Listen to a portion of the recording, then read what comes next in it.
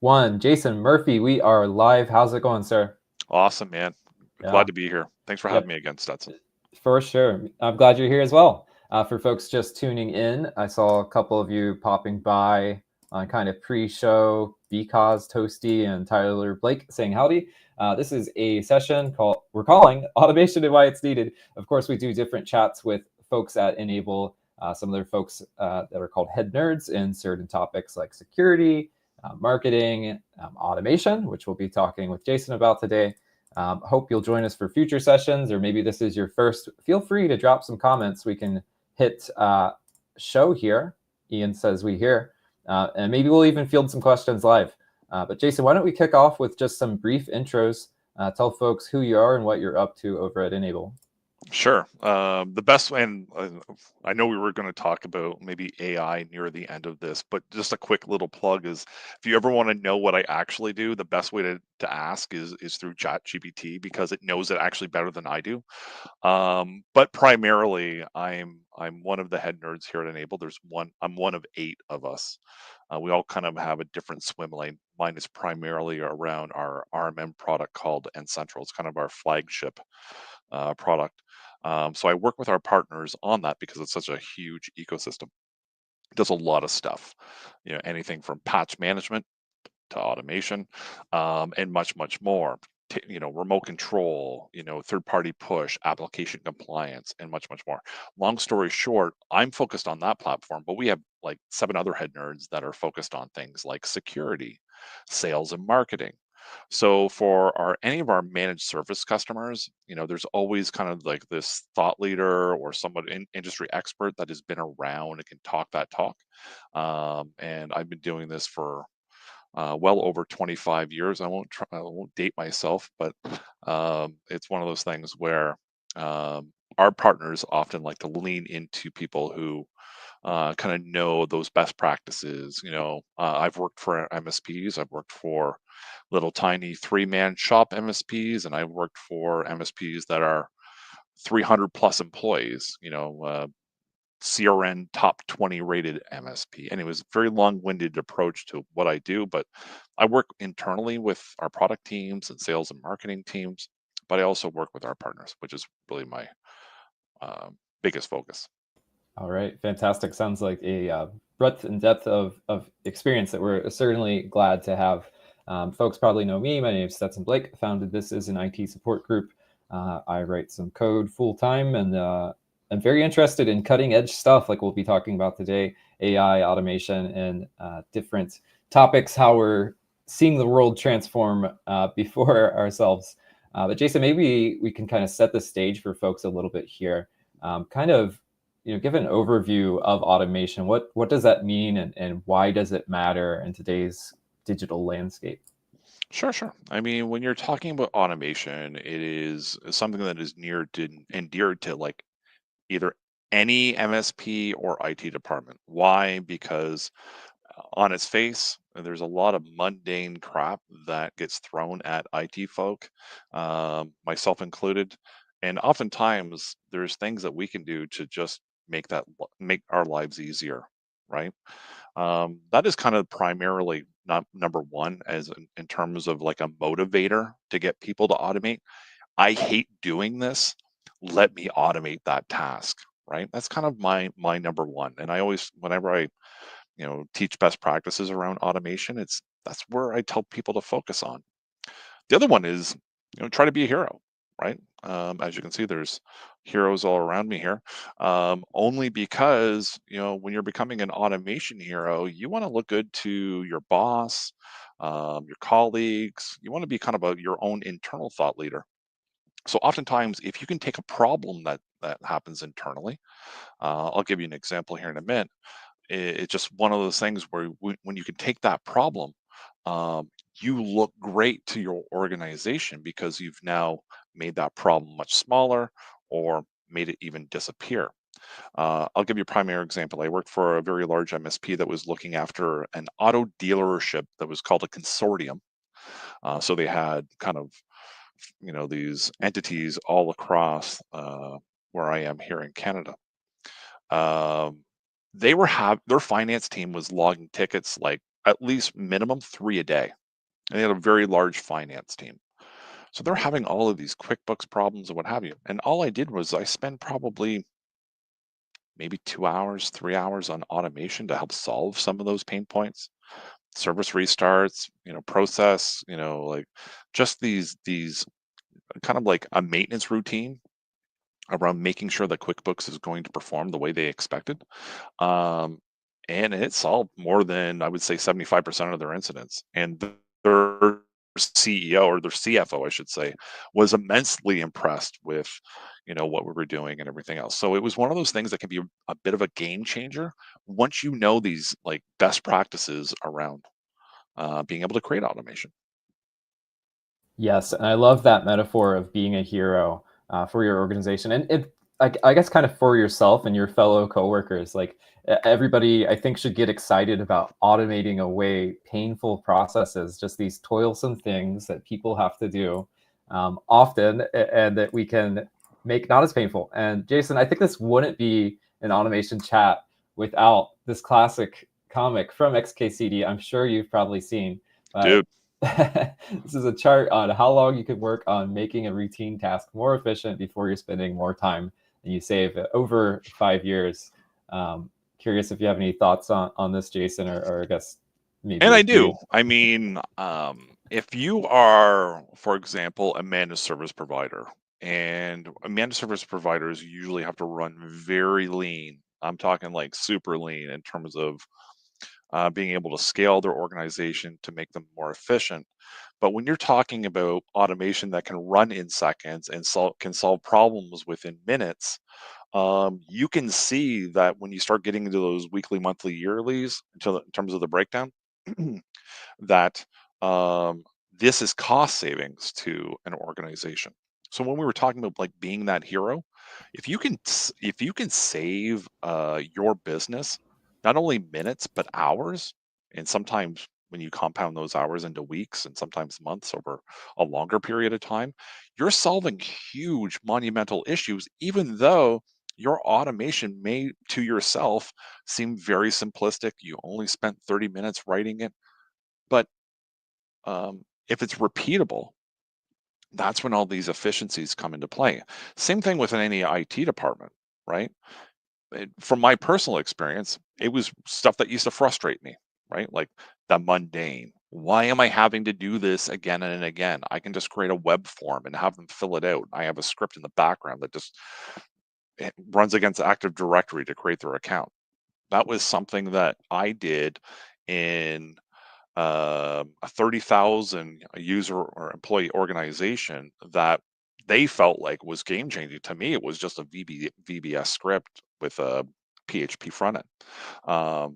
But to them, it was like, wow, this, to the CIO and the IT director at the time, it was like game changing. And Yeah, so I've been playing in automation. We're going back, that was probably 2005. So I've been kind of playing in this automation area for, close to 20 years. yeah, And it's just one of those things where selfishly, everybody who is in this kind of IT space should be dabbling in it. How you get there, especially in 2025, may vary. We're going to talk about probably AI in a little bit. I had to kind of painfully, and I'm self-taught, so I didn't go to school for IT, or I don't have a degree in comp sci. I started as an L1, and I kind of scratched my way to the top as a head nerd here 25 years later, but I had no idea what logic was, and how to kind of get those best practices. I mean, exposing yourself and educating yourself is obviously primary. We can maybe talk a little bit about that later, but it's just one of those things where when I started learning the fundamentals, and I could just go on to Google. Let's be honest, Stetson, we get paid to Google. I mean, yes, that's what my friends think I do. Um, but it's one of those things where when you can go on to Google and like just demystify something uh, very quickly, because if there's a SpiceWorks article or something from Microsoft, I mean, you've unlocked it and now you've retained it. right? And that's how I've kind of done it over my career. Yeah, a couple of points. I think as you're mentioning it, it's a fantastic time to automate, to build, to make things, just due to the breadth of information of how quickly you can learn a thing and implement it. I wonder, a couple things. Is it worth trying to sell people on automation? We hear this all the time, like you should automate, you should automate, you should automate, and maybe the best sale I guess is if folks haven't automated something before. Um, like either hearing stories from others of processes they've automated, or finding something small to automate themselves and see the value.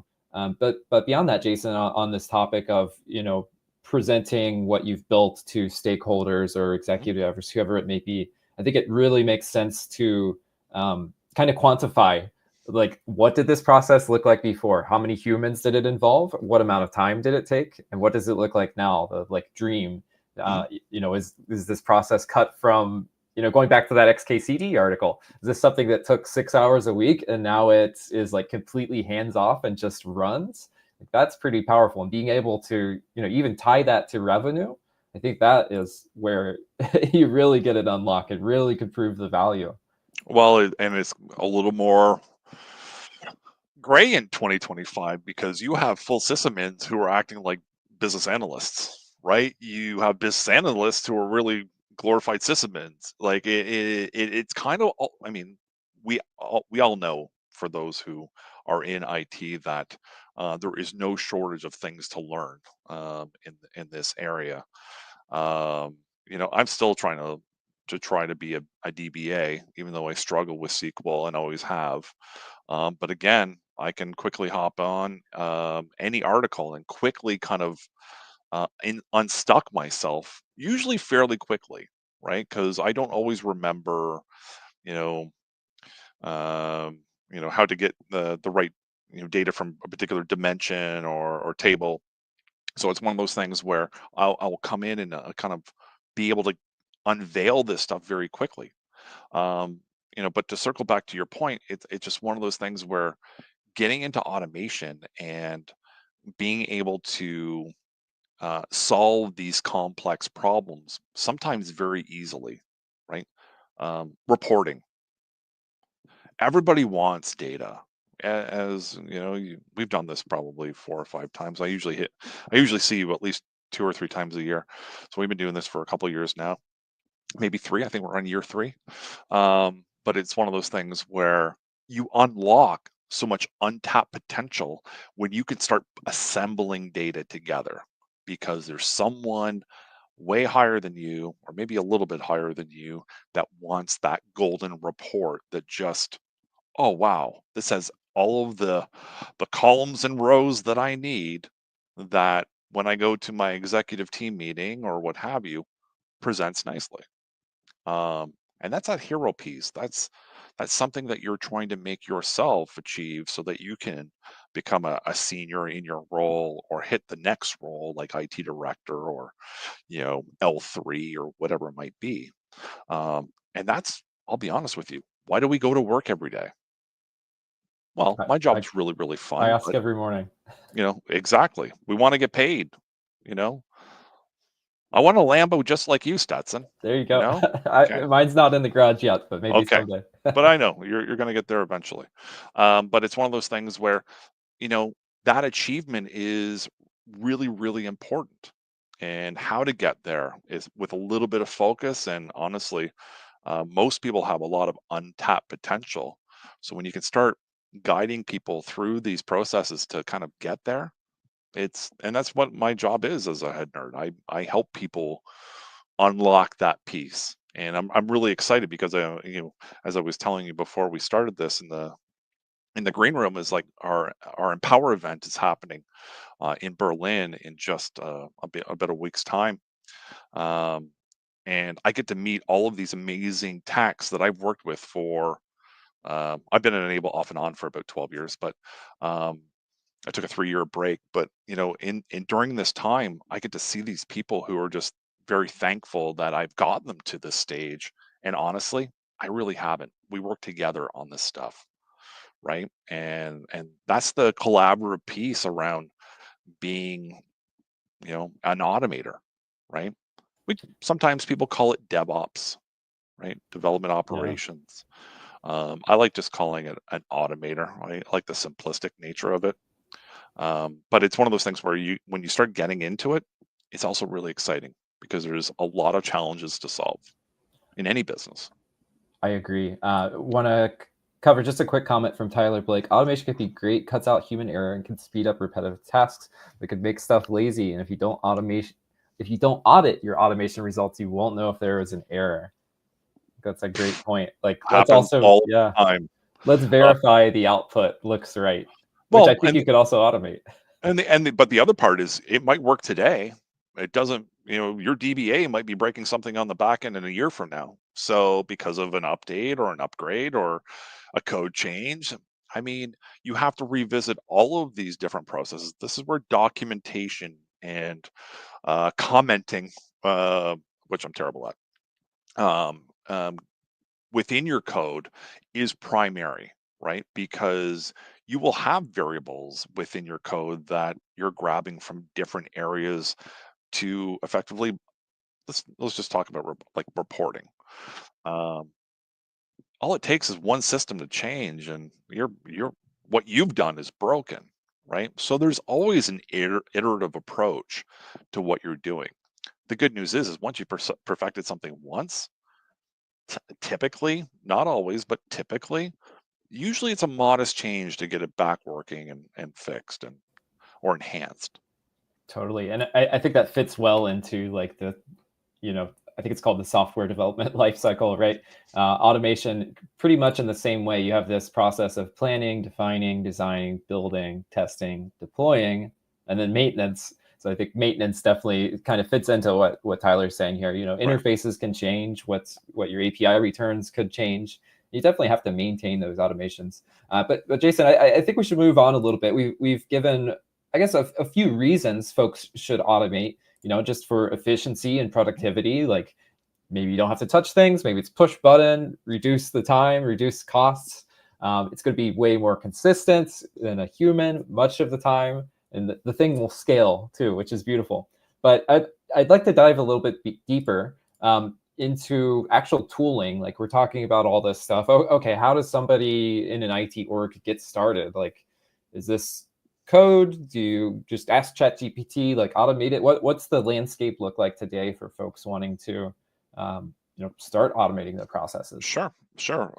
Like I said, I'm self-taught. So anyone who does not know how to code today or does not know how to automate, um, the good thing about in 2025 is we have this thing called the internet, and all of these things are out there for free. Um, and if you want to ramp yourself quickly, you can even pay for your own training if you want to, or have your employer pay for your training. What there's Udemy, there's so many LinkedIn Learning. There's so many different avenues for actually leveling yourself up into and once you get into an area so that you can kind of code and assemble your own automation. So that is one thing. Um, but I also think as you're automating, one of the ways to kind of achieve automation is to be able to use a good tool set, like Stetson was kind of hinting at. Personally, um, I'm a PowerShell guy. Um, I know Stetson. He can write Bash. He can probably Python. write Python. I'm very singular. I use kind of one. I've tried learning. I can dabble. Let's say I can dabble in other code. That's where Google Foo usually comes into play. But I can usually be fairly proficient at PowerShell. It's also the language that is most commonly used on Windows devices, so that's where I kind of just gravitate to most.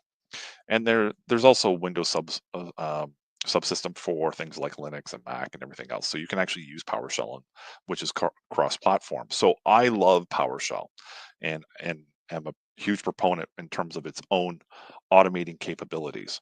Python is another one, right? I wish I would have probably learned in Python, but PowerShell is more a little less, native to Windows. So that's where I kind of started after I learned VBS, which was a challenge from learning BASIC way back. Long story short, I use VS Code. It's a free tool. It is my go-to script editor.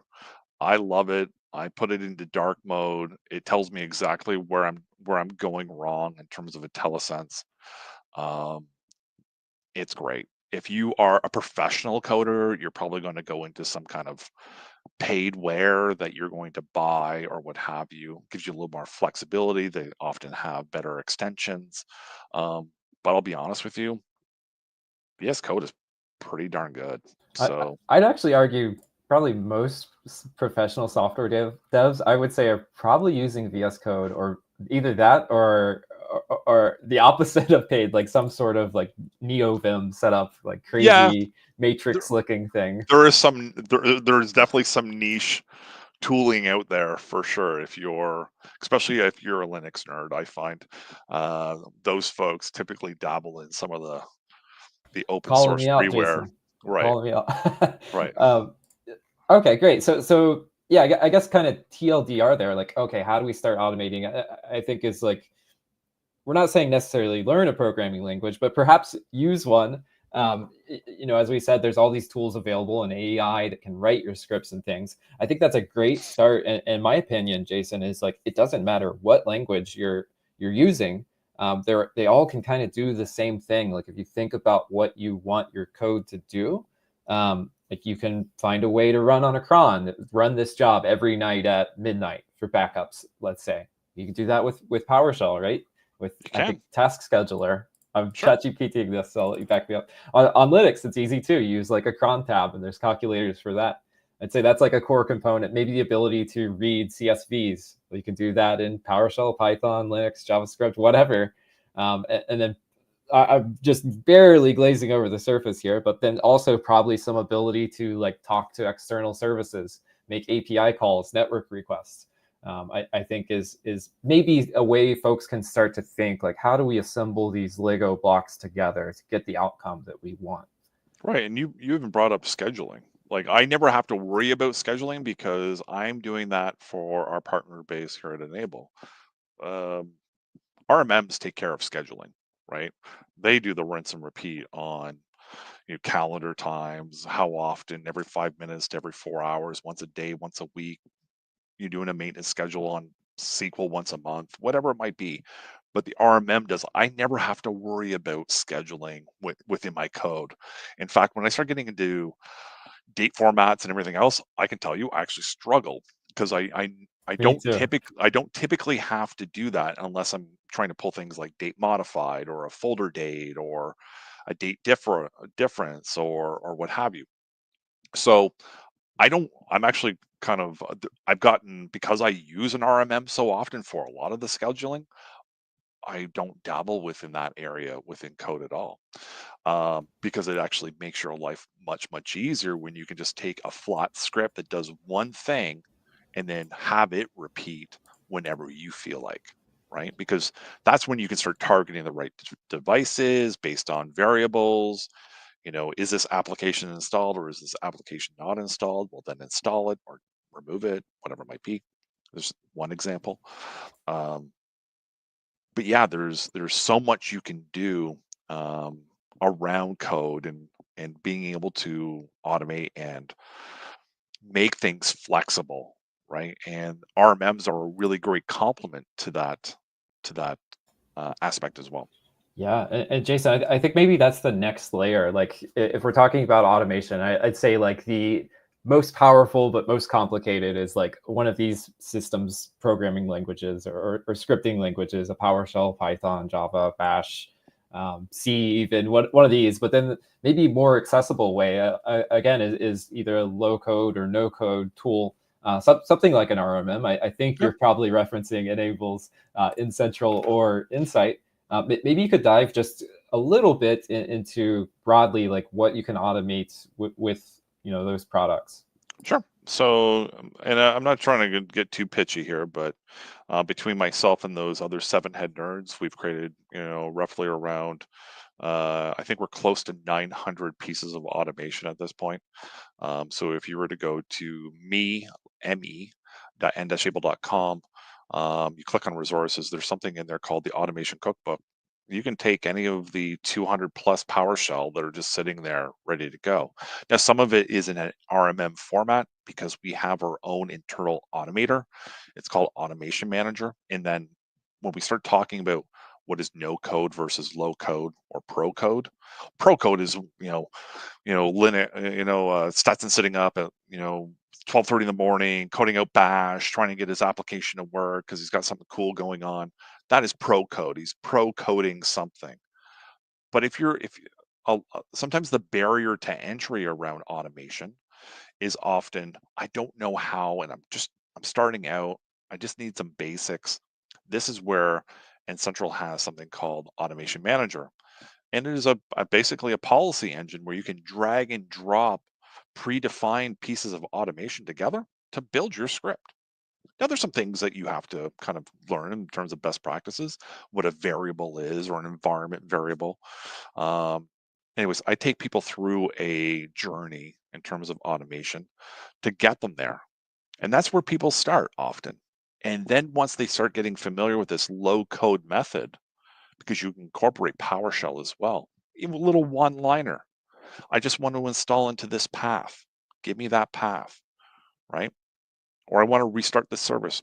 Get dash service and then pull the correct service, and then you list it through an array or what have you.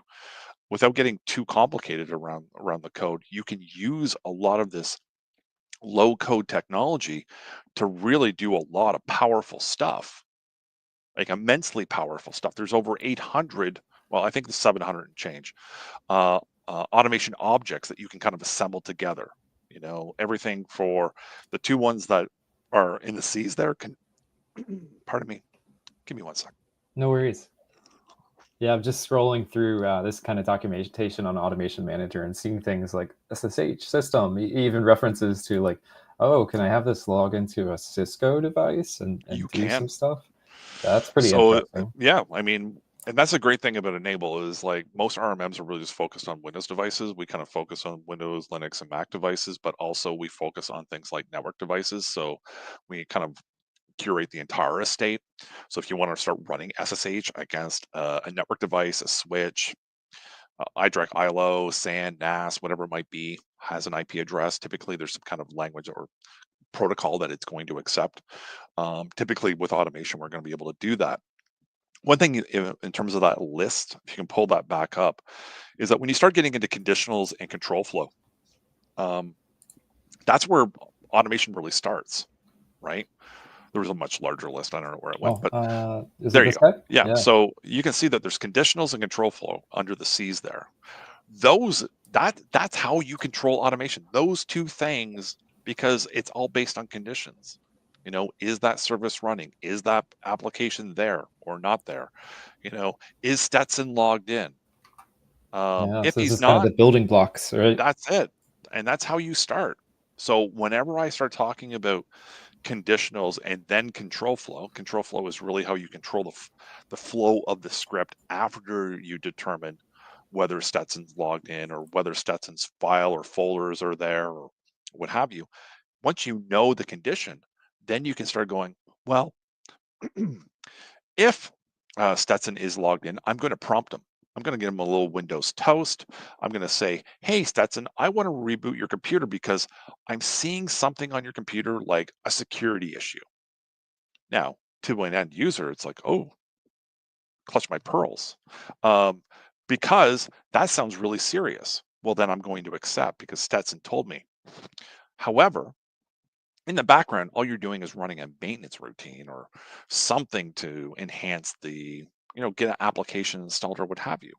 So you can use and socialize automation through your customers as well, because I've had customers come back to me. We're going back.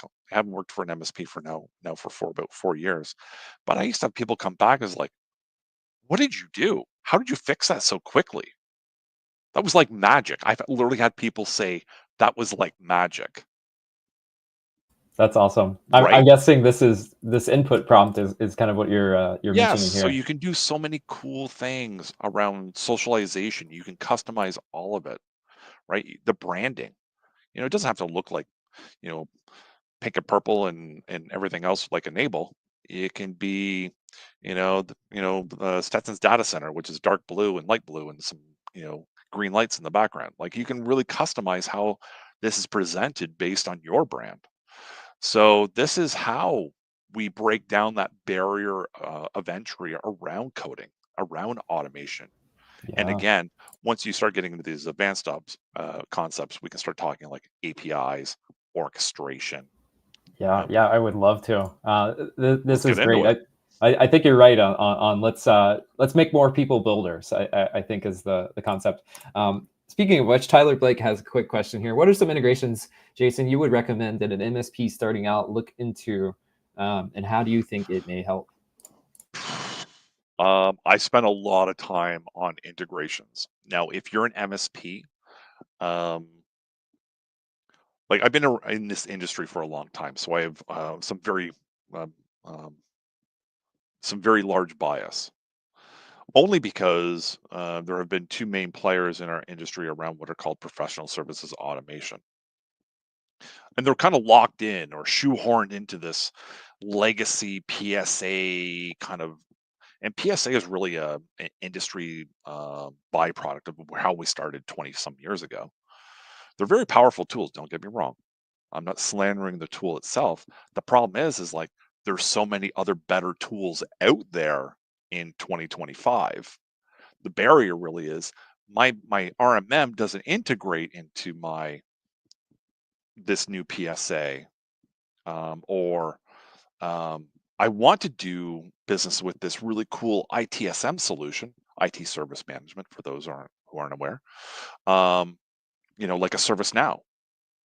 I can name drop ServiceNow because they're kind of like the number one company on the planet. Like they're like the ticketing solution of what Salesforce is. So being able to integrate something with ServiceNow, how do we do that? With APIs. And integrations are immensely important. And RMMs are becoming like this integration platform, right? Because we have all of your device data. We have a lot of user data. Pardon me again. I talk all day, Stetson, so sometimes my voice gives out. Yeah, no worries. But it's one of those things where when you can start integrating and you start making your data cross-functional, I can pull some things from my RMM, like device data, user data, but also I can pull ticketing data from another system, and then I can report on it because everything comes down to reporting eventually, because that's how you socialize everything in terms of importance up to your executive level. But when you can start doing this and you can actually start integrating with APIs, and again, I'm also one of a couple people here at Enable. Paul Kelly is my counterpart, that really socializes our partners on how to um, use our APIs or use other people's APIs very easily. APIs are, especially REST APIs, are meant to be used easily or consumed easily. Yeah. You just have to break it down very easily, and then if you know how to do some basics in coding, world's your oyster. And I show people step by step by step how to do all of these things. Yeah, we should dive a little bit into APIs because I know folks are probably maybe not familiar with what that is or what you can do. I'm happy to give a basic example, but it stands for Application Programming Interface. And this is an external server, some service running that you'd like to interact with and either get details about a resource. Maybe it's your list of client computers, client workstations. You want to maybe update that list or perform some other type of action. And just to give a really goofy example, there's a grocery store near me called Kroger, and they actually have a developer portal, and Kroger has their own API. And you're asking, well, what can you do with this? In the case of Kroger's API, you could search for products. You could search for milk and eggs, bread, cheese, whatever. You can Can add you it get to your pricing? cart. You could get pricing as well. Yes. Yep. So you get product and pricing. You can Yes. compile that into an API, filter on that data based on your own shopping. Yeah, so there's a next layer. Maybe we'll get into the AI piece, but I built a little automation over the weekend that uses Claude and what's called a model context protocol. So I could tell Claude, hey, can you search for these ingredients and add them to my cart? And Claude, the AI, will like go through that API, hit it, find all the items, and add it to my cart, and I can hit order. So obviously not a very workstation oriented automation, but just I guess one example to help folks kind of grok, what is an API, what's out there. Sure. Um, Application programming interface. I mean, on its surface, really, in most cases, easy to use. There's almost a global standard at this point around APIs. You have certain large entities that are getting into things like Graph, like Microsoft, Facebook. They're kind of reinventing what, pulling API really means and how it's assembled and the format. But still, the majority of applications out there, including N-central, use REST APIs. And the way I always kind of looked at REST APIs from a visual standpoint is like once you start getting into like object-oriented programming, so once you start dabbling into programming, you have these objects that you can assemble and talk to and pull data from and assemble together. Same thing with like APIs. An API is effectively like an object. And once you query that object, it actually returns a set of parameters that you can actually play with, right? We're talking like, if you start querying the product API from Kroger, it's going to list you all of the products. Now there may be another, you know, um, pricing API. Hopefully within that one API, it gives you product and price, but not always. Sometimes you have to correlate. Well, with this product, I need the price. So you have to query another API. But at the same point, once you start knowing how to assemble these APIs together, it really starts unlocking so much potential of what you can do, right? And then you have this code that is just templated and ready for you. And again, you can pull that into a list or export into Excel or a CSV or ingest into a whole other web app if you want to. Like it is immensely powerful. What Stetson also touched on is the AI piece. Now, I know Stetson's probably got his favorites. I know I have my favorites. I typically dabble in things like ChatGPT or Anthropic because I do a lot of coding. Um, Claude is probably pretty decent at coding, but between ChatGPT and Anthropic, that's where I've kind of level set in terms of what I think the best abilities are. I did a quick API project with Grok, which was kind of just a fun little thing I wanted to play with because one of my I wouldn't call him a mentor, but he's like kind of a tech celebrity. I don't know if you have any tech celebrities that you follow online. Sure. Network Chuck is a big one for me, and another one by the name of Jeremy Sierra. And he was on LinkedIn talking about Grok and how awesome it was at APIs. And I was like, I got to check this out. I didn't get enough time to kind of spend in it, but I really wanted to see what it could do. That being said, I think it's pretty much on par for what ChatGPT and Anthropic can do. But those are that's where I kind of play the most. Now, my question to you, and I probably shouldn't interview the interviewer, but it's one of those things where why did you choose Claude? Yeah, for sure. I have many thoughts on AI tooling. And actually, you and I were talking about ChatGPT a little bit. I've moved back to it a little bit just for the image gen model. But Okay. as far as Claude or Claude, however folks pronounce it, yeah, I just feel like it has better vibes. That's a terrible answer, I know. But they had their 3.5 Sonnet model and then 3.7 Sonnet. I think 3.7 is a little bit better. But there's all these, I don't know, there's all these different benchmarks and different things. But yeah, when I say vibes, I guess it's just the user interface, right? Like I love being able to like Claude.ai, type my question and immediately get a response back. I got it.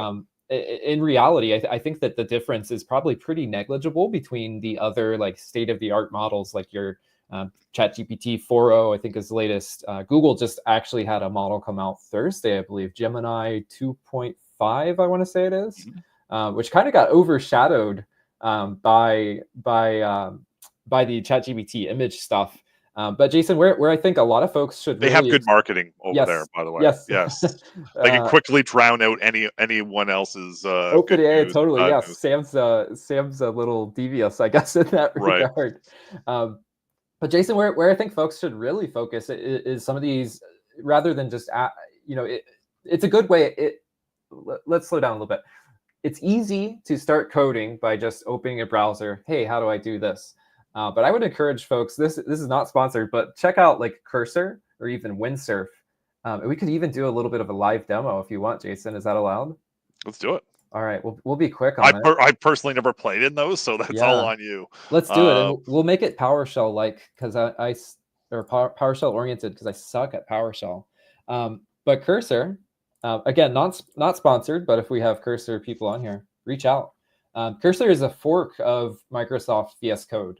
Okay. So it looks like exactly the same, but what's unique is that you have this like chat interface over here. You can put it in this agent mode where it will just go and do the stuff. So maybe Jason, do you have a prompt we could work on together that we might want to run across our Windows fleet or maybe on a single machine?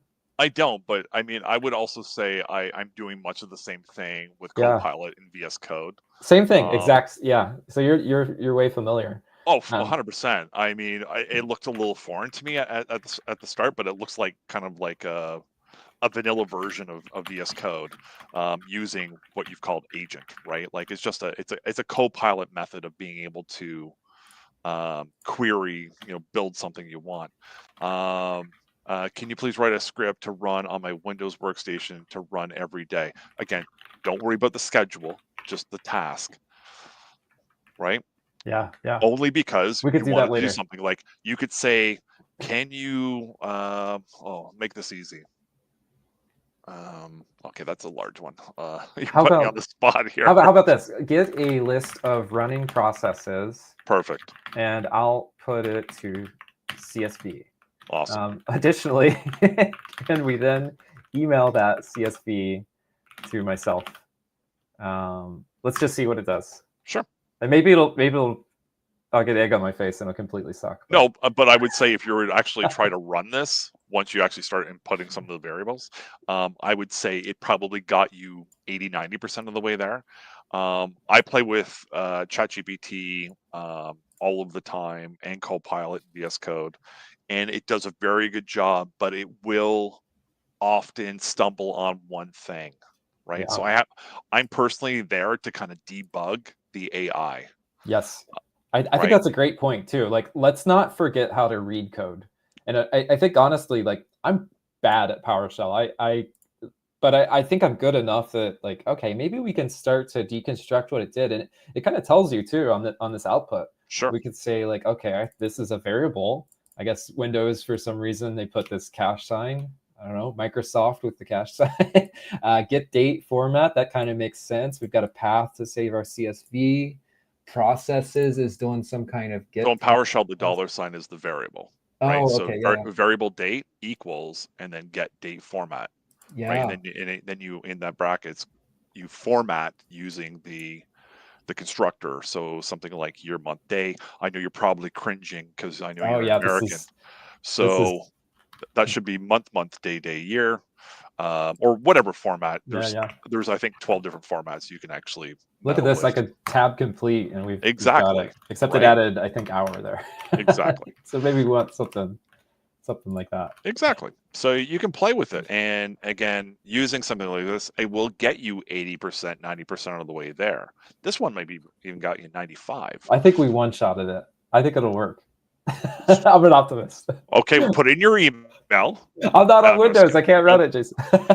I'll put yours in. We'll get Jason at Murphy. I'm going to send you my processes every night. Okay, perfect. Every night.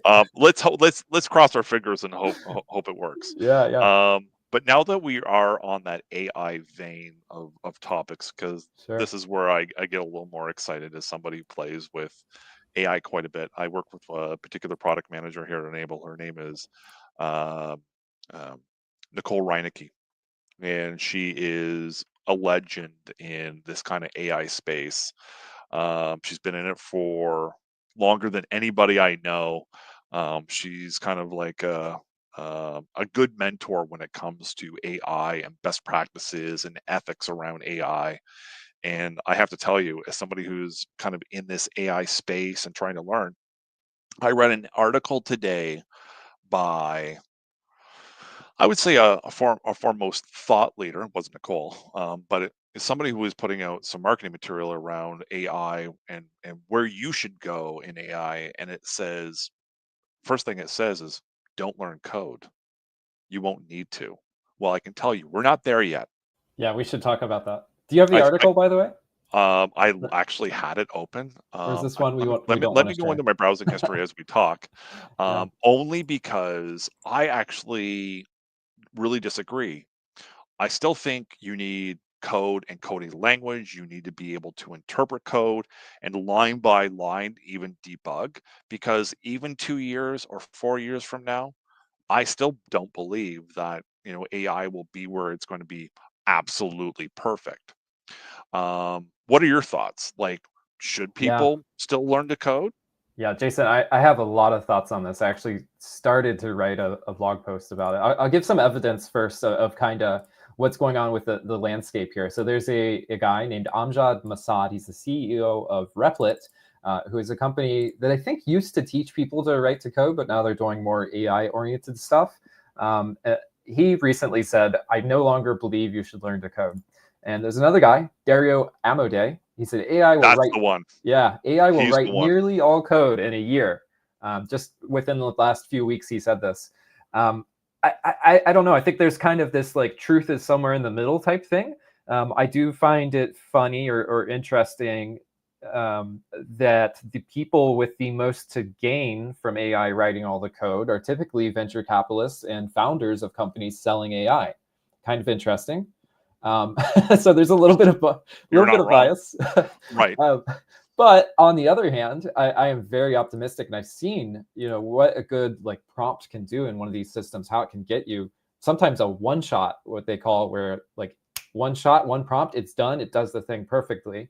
But yeah, on the other hand, I also have this fear or belief that we should understand how the machine works. There's abstractions in everything in life. Not everybody that drives a car knows how an engine works. I think same for AI code, and really like what I get excited about is that we're bringing more amateurs into writing code.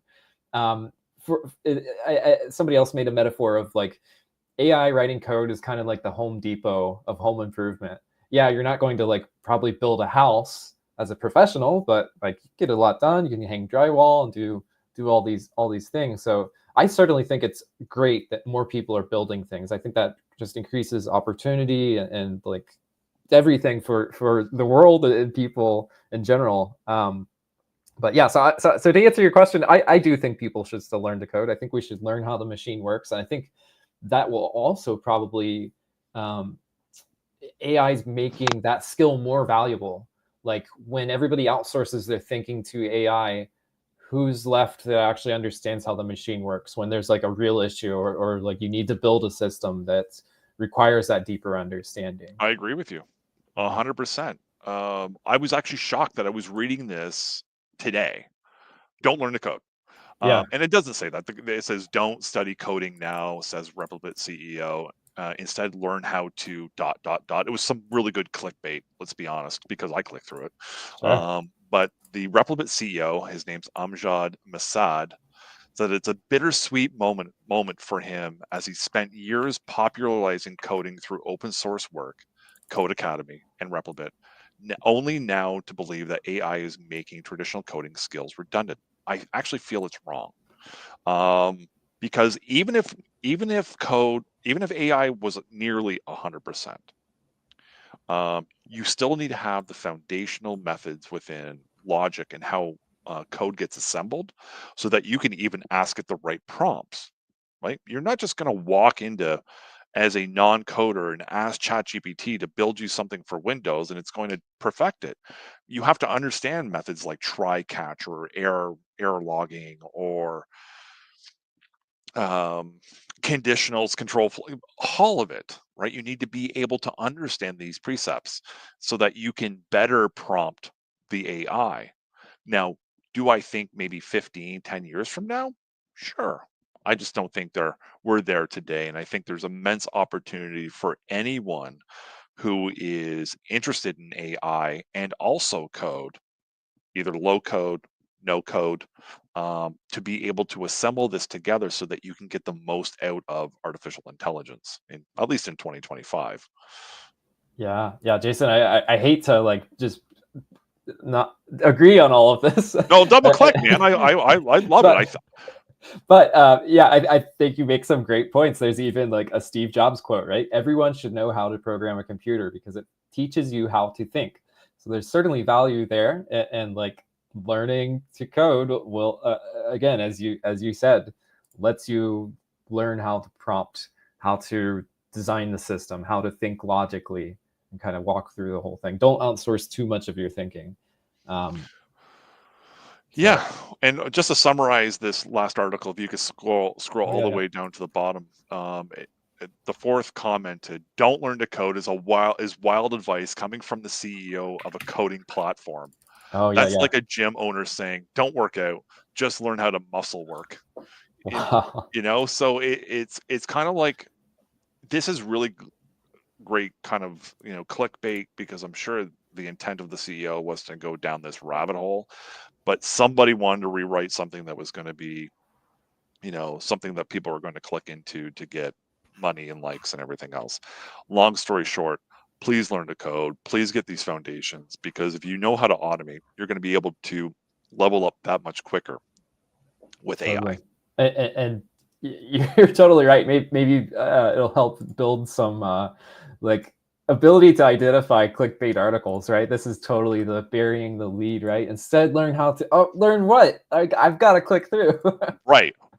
And this happens to me I use an Android. I don't know if you use iPhone or not, but on my Pixel 7, there's a Google list, like a swipe right, where it gives me all of my articles that I can read for the day. It's all the things I'm interested in or what have you. And half of them are clickbait. Like, it tells me a little snippet and with a little kind of dot, dot, dot. If I want to learn more, I have to click through. I'm getting better about Classic. not actually clicking through because I hate that marketing style. Um, but I did it today. So They yeah, got you again. they got me again. Well, cool. Yeah, so I think we're both kind of cautiously optimistic, right? Like Yeah. AI can definitely help speed up some of this process for somebody wanting to automate things. We can get snippets that are most of the way there, maybe some cases all the way there. Um, but at the end of the day, you still need to learn to think logically. You do. I Um, mean, if you don't understand what a header is in an API, like, what's a header to any layman? sure. What's a header? You don't know, but you have Yeah. to have these foundational aspects so that you understand when you're asking AI for an API query, that it assembles the header information, because it's not always the same, even though AI sometimes thinks it is. So it's one of those things where you need to have some foundational aspects to be able to ask the right questions, and again, do that debugging effort. Not to belabor the point, but um, getting even the foundational aspects will make you better at using AI, which I personally believe is really where, you know, my son or my daughter's generation is going to be probably 5 to 10 years from now. It's like we're going to be very reliant on AI, but I still want to know how it works, right? I still As you want to should. know that it's going to give me something that is the truth, right? Like, I want to be able to determine what is right or wrong. I don't want to just Trust blindly. but Oh, verify. Yeah. exactly. Yeah. Right. So I have to be able to do some of that. Yeah, awesome. Jason, we've covered a lot today. Are we missing anything from our list here that's like glaring? No, I don't think so. I mean, to me, it's like one of those things where when I have these podcast interviews with you specifically, it's like I want to kind of make it, fast and loose, because it's more real. We talked about automation. We talked about some of the best practices. We talked about, AI, and, you know, the importance of coding and also AI, and asking AI the right things. I think it was a really great conversation, and if there's anything you want to expand on, I'm game. Yeah, no, I don't have too much. I'd say I just encourage folks again, if they're not already automating things, either with code, one of these no code, low code tools, like do it now. It is so valuable and so much fun too. Like I have automations. I'm using this tool, Jason, I mentioned, called N8N. No affiliation, but it's one of these like I write code for a living, but this is a no code tool where you drag and drop these nodes and just I have things like I post my health data from my phone every night and get like an AI analysis, all this Mm. crazy stuff. It is so much fun and so valuable for folks looking again to climb the career ladder or start an MSP or shore up their MSP and get some processes tamed. So that's Well, and my the other, I mean, I use Power Automate quite a bit, sure. which is from it's a Microsoft tool for Microsoft environments. Allows you to query APIs within, whether it's Graph APIs from Microsoft or whether it's a third-party API. But with copilots, um, I mean, those are really, again, I think it's still early stages, especially for Microsoft. But because right now it's foundational, like it can summarize for me, it can take my conversation and really kind of pull out what is most important, kind of assemble it into a summary. But you're going to see more and more from Microsoft when it comes to PowerPoint, Excel, Word docs. I do a lot of creative writing, blogs, what have you. So being able to rely on these co-pilots within your applications are going to be really important as well. Totally agree. Yeah, we've covered so much. I know. Jason, is there anywhere else folks can keep up with you or what Enable's doing in the automation space? Sure. I mean, if you want to follow me online, it's I'm on Reddit. If you want to head on over to r/enable, my name's and central underscore nerd. I'm primarily one of the 8 head nerds that manage that particular space. So r/enable. You can follow me on LinkedIn if you want to go into LinkedIn and look for and central dash nerd. Couldn't get the underscore unfortunately. But if you want to head over there or look for Jason Murphy, I'm the guy from Enable. Or if you want to hit me up on email for any reason, it's letter J MURPHY at n-able.com. Yeah, fantastic. And I'll plug one more Enable thing, enable.com/events. Lots of really cool free webinars, events on automating things, marketing, growing your MSP, all that Yep. sort of stuff. Jason, thank you so much for joining us today. Can't wait to do Thank it you. again. I All appreciate it. right. Thanks, Hudson. Have a good afternoon. See Cheers. y'all.